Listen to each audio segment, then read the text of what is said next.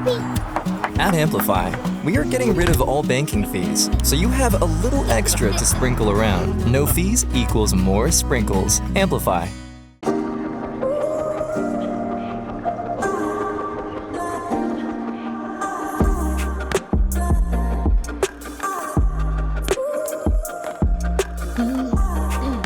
Hi, my name is Mindy Hofman, and welcome to the Women of Austin podcast. Today I'm excited to sit down with my friend Shannan Hale.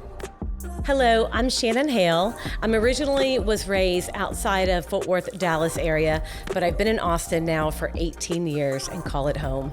I am a natural connector. I am multi-passionate, and I empower women through retreats, events, and masterminds.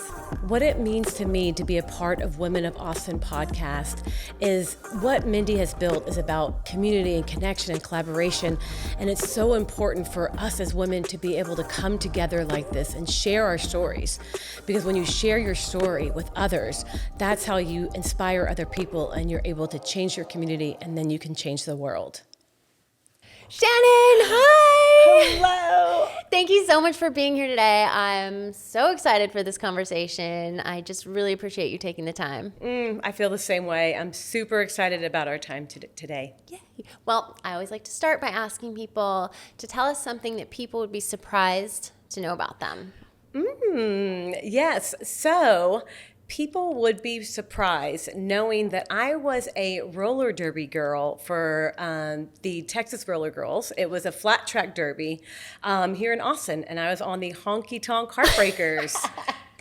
I know. Can you see me? Can you see me hip checking people? Now I can. You can. But yeah. you're like the nicest, happiest, bubbliest person I know. That's what people say. Oh, Yeah. Watch out for that. Yes. No, it was a great anger management. I love it, and it's just so crazy because it was 10 or 15 years ago, and it seems like such a lifetime, but it served me in that moment, and it's a wonderful community as well. So It is so fun. I love that. I love that for you.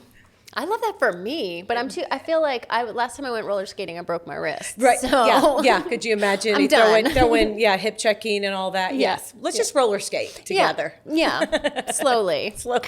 With knee pads and Yeah. all the gear Yeah. on. I love it.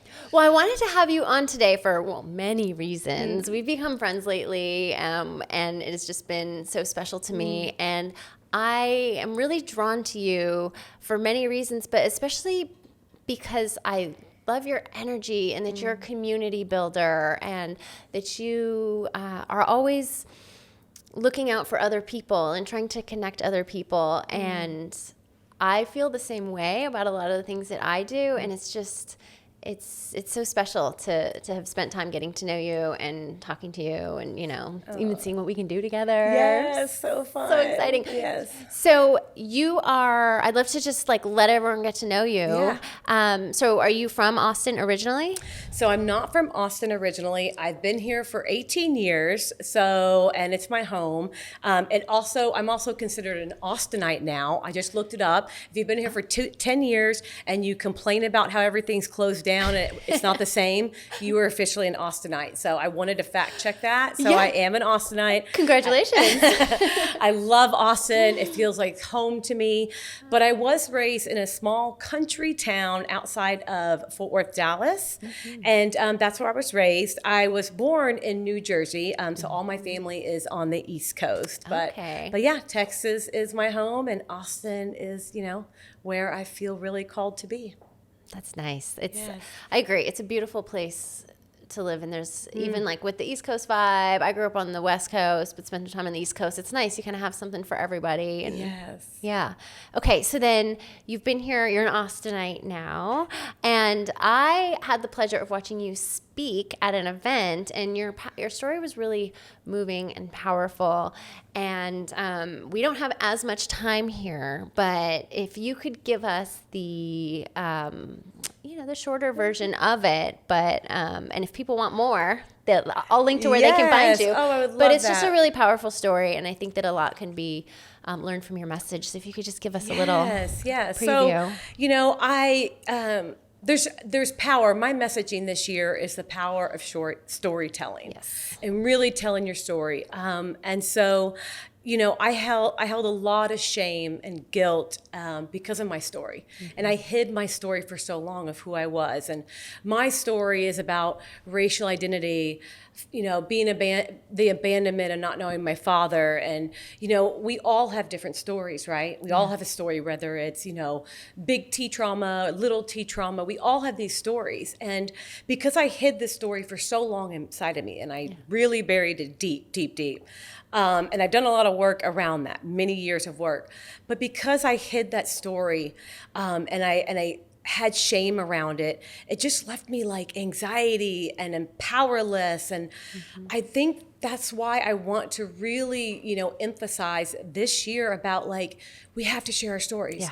In whatever capacity it is. I'm not saying I'm going to be doing it on stages, but whatever it is, if it's a one-on-one with somebody, if it's a therapist, it's whatever kind of modalities they have out there, and the resources they have, it's really important for you to really claim your story.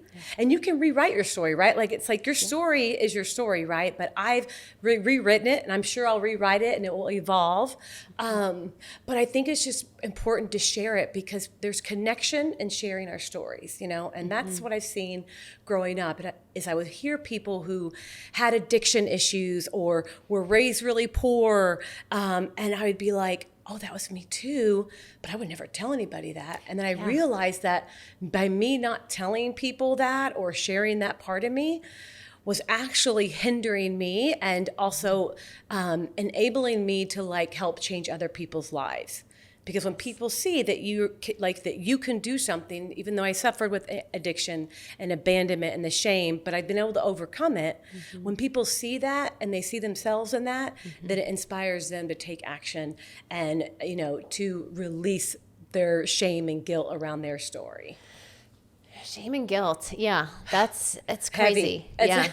Yeah. And I feel like we all have it, right? We all carry that, and we don't have to, you know what I mean? We don't have to carry those things. We were not born to carry the shame and those heavy emotions. Yeah. I mean, I think there's a time and a place for them, but to really free ourselves, we need to, really look at that shame and look at these big, heavy emotions and try to do the work and the healing around it. It's really powerful. It's really powerful. Looking to join a group of fun, motivated, inspiring women? We've got you covered. Introducing the Women of Austin community. Whether you're a business owner looking for camaraderie, a working mom who wants to stay connected, or you're just looking to make new friends with an incredible group of local women, this community is for you. We have special in-person member-only events, an online platform and app to stay connected, a book club, and so much more. Join us and become a member today at womenofaustincommunity.com. Women of Austin would like to thank our community sponsors. Joel Richardson and Team, your Austin mortgage lender. Visit myfinanceteam.com. Dave's Ultimate Automotive. Visit davesultimateautomotive.com and become a part of the Dave's family today. Hotworks Austin Lakeline. More workout, less time. At Anderson Mill Road and FM 620. At Hotworks Austin Lakeline. Elite Marquee and Events, LED marquees, rentals, and event planning at Elite Marquee Austin.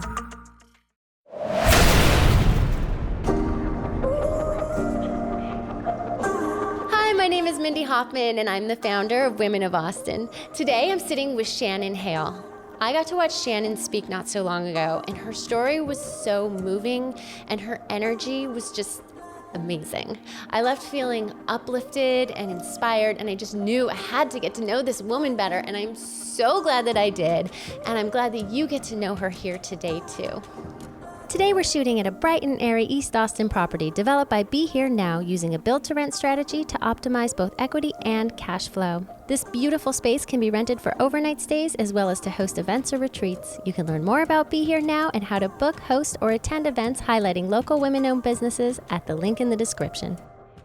At Women of Austin, one of our taglines is igniting the power of women's voices, and there is so much power in sharing your story, and especially in what you're doing, taking it to other women, and giving you created a space when I went and saw you for all of us to share our stories, and it was really powerful. And I think that it's something that would be really great if we could teach our kids how to do it and keep doing it. Yes, being exactly. vulnerable, but that's vulnerable. scary. Yes, and that's a good point, the vulnerability, because the vulnerability is scary, and it's very scary, and it's hard to allow yourself to lean into that fear because it's scary. And so, but the vulnerability is what we need more of, Yeah. Definitely, just to be vulnerable. Like, why can't we share our stories, and why can't we, just be ourselves, be free to be ourselves? Like, it wasn't my fault the way my parents raised me. They did the best they could with what they had, right? Yeah. But like, my story needs the light and the air and the breath that it needs. And so it needs to be shared in some capacity. Yeah. Right? So it's important. Now, when you're sharing your story, because I know that we have a lot of people that are in, well, I know a lot of people that have been on the show and a lot of people that watch the show are speakers or podcast hosts and things like that. And one question I've never asked any guest, but I'm very curious about, is how do you feel about sharing your story? Like, how do you feel about like what your mom might think or what your dad might think about the other people? Do you hold back, or like, what does that look like? Because that's scary. That's a great question. Well, I began sharing my story about 5 years ago when I actually met my biological father, and it was scary. And it was scary. My voice cracked, and it did all, my body reacted in a way that I, didn't know how to handle. And, but I told my parents and I told the people around me that I'd be sharing this story, but it was out of love. Like, I'm sharing this because it could change somebody else's life. And I'm sharing this from my perspective. Whether or not my parents think it went a different way, or, oh, you really maybe made us sound like we weren't. But really at the center of all this is love. Like, I love my parents and even my kids. Like, are they going to listen to this one day and hear about my unhealthy addictions and all the things? But, it's like, there's ways to also say things too, and that's what I'm also crafting. But I also do want to really just show up as who I am and what I perceived growing up and what it was like from my angle, right? And and nobody can take that away from me because that's what I experienced. And so that has been something I've had to work through, but I feel really free and light from it. And I, have made amends with everybody, and I, explain to my parents, and everybody knows that, like, you may hear your name out there, or you may hear something I thought you did. Yeah. And I just, just know that, like, I still love you, and, there's been forgiveness, and forgiveness is another big thing. It's just like, have I really forgiven my parents and all these people that I do talk about in my story? And Interesting. Okay. So that's helpful for me too, to hear, because I share my story as well. And I think that if you've forgiven the people, it'll come off like when you're telling the story, like you won't have that like chip on your shoulder. Yes, or like I don't know how to say it, but you know what I mean? Exactly. That chip, that energy of like, it's just that forgiveness. You're saying it with love. You're saying it with love. And and it's literally forgiveness. I've done a lot of different practices with forgiveness, whether it's like literally writing them a letter and telling them all the things and forgiveness, or just an internal forgiveness, And so there's all different ways to forgive, but for me, forgiveness is such a big thing, and I've had to do that. And that's why I feel really complete when I'm sharing my story about other people, because I have forgiven, all the people in my life that I felt have maybe brought on this trauma, or have given me this life that I maybe didn't really want, or did I ask for this or whatever. But it's forgiveness, That's beautiful. Yeah. That is beautiful. Well, I'm moved by that, and I'm inspired because that's been holding me back. I shared my story, but you take, like, the more I do, the more I share, the more I get comfortable with, but there are still parts that I hold back. But thinking about it, I still need to work on some forgiveness before, because I've known not to mention that, and I didn't know why, but that is very, very helpful. That's smart. Yes. Yeah. Thank you. Yes. Anything for you, Mindy. Let's go. And then one other thing you said stood out to me. You talked about, like, your kids are going to see this. That's a tough one too. I always joke that but I'm kind of not joking, that if I ever wrote a book, I would write, my daughter's name is Olivia, I would write in the beginning, like, dear Olivia, like, please do not read this until you are Right, like XH, 18 right, or yeah, whatever, yes, and let me know if you have any questions. Right, right, yeah. Which, but like that's I wouldn't know how to deal with it, But Yeah. the kids are going to find, especially now with everything online, but also though, I don't know, when she's a teenager, she's not going to care at all what her mom's doing. Like, Right, exactly. She's not really going to. Yeah. And then you can have that conversation when you want to. I'm still kind of working through that with like my book writing too, of like, how much do I want to say? But it is important to say certain things because like I have literally been impacted by people's stories because they have literally described the substances that they use to numb themselves out. Yeah. And it made a relatable reaction, right? And it was, a hard substance. And I was like, oh, they're actually saying that, or they're saying this big T trauma stuff that's kind of like feels uncomfortable. Yeah. But that's what connected me to their story. It was like, oh, if she was doing that kind of stuff or whatever, and she can be up here speaking and sharing and looking like she really is like glowing and is overcome and whatever. I mean, I just feel like in my heart, and we all have our own mission and the way we want to share. Yeah. For me, I think I do have to go in a little bit more detail so that I can really hit on those people that are like, wow, I did struggle with that addiction or whatever, that is, or that identity issue. Yeah. Yeah.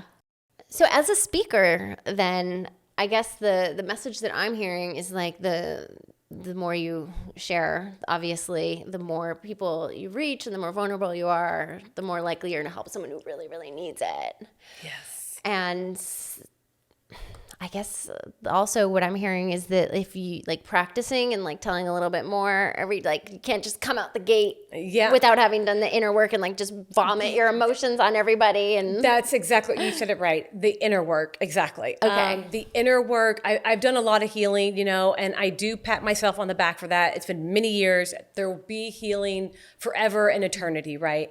But I have really done the inner work over, it's probably been like a good 15 or 10 years through personal growth and through all these other different, resources and modalities they have out there, inner child work. And I really have done that work and that healing.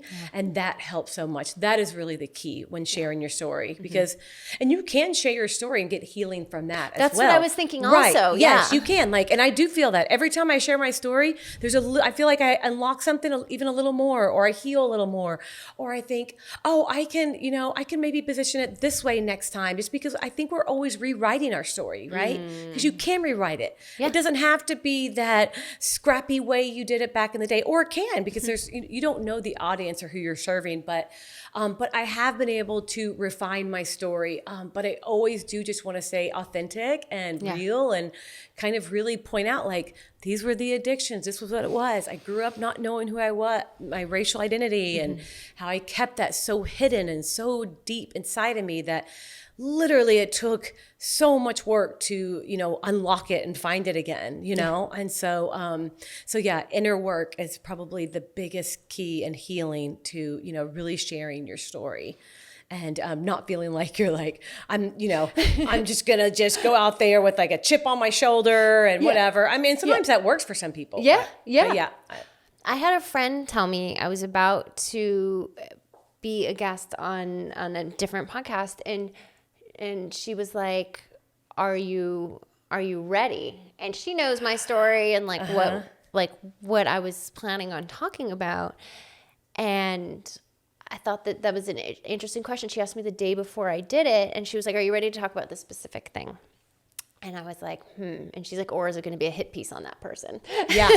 Like, she just keeps it real. She's like, girl, are you sure? Yes. And I'm so glad that she said something, because I'm like, of course not. And then I was like, wait a minute, am I? I had all night to think about it, and the next morning, and then I left that interview like feeling so good and so empowered, because I came at it from a different place. I came at it from a place of love and understanding. But I spent that night and the next day like really thinking through everything and making sure that I didn't do that, which is just kind of like sometimes can be a reflex if you don't watch yourself. Right. Yeah. No, exactly. Yeah. It's a practice for sure. Yeah. So that's Awesome. You gotta love your friends. You tell them, Yeah. tell them what's going on, and they're like, "Okay, girl, but check yourself." Exactly. No, it's important to have friends and community. That's why, I believe in that. And I know you believe in that. Yes. To have people who can really, maybe give you those hard questions or that tough love or nudge you on something and be like, hey, are you